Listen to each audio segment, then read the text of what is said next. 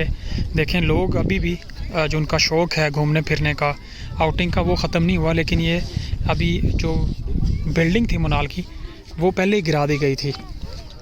उसके बाद अभी देखें कुछ हिस्सा बाकी है, लेकिन लोगों ने अभी भी इसको तफरीगाह बनाया हुआ है, क्योंकि सामने इस्लामाबाद का नज़ारा है। फिर यहाँ जहाँ कुछ बिल्डिंग होती थी वहाँ पे शजरकारी कर दी गई है। ये मेन इंट्रेंस थी जहाँ से लोग दाखिल होते थे। ये पूरा एक यहाँ मुनाल रेस्टोरेंट था कभी, लेकिन अब यहाँ लोगों की ये तफरीगाह ज़रूर है। अभी जो बिल्डिंग है वो सारी इसको गिरा दिया गया है। अभी फैमिलीज़ ऊपर बैठी है, लोग अपने खाने साथ बना के लाते हैं, यहाँ आके बैठते हैं। मौसम आमतौर पे मानसून बारिशों का चल रहा है इस्लामाबाद में, इसलिए मौसम काफ़ी ज़्यादा खुशगवार है। हम एक तरफ देखें तो बादल बिल्कुल नीचे हैं।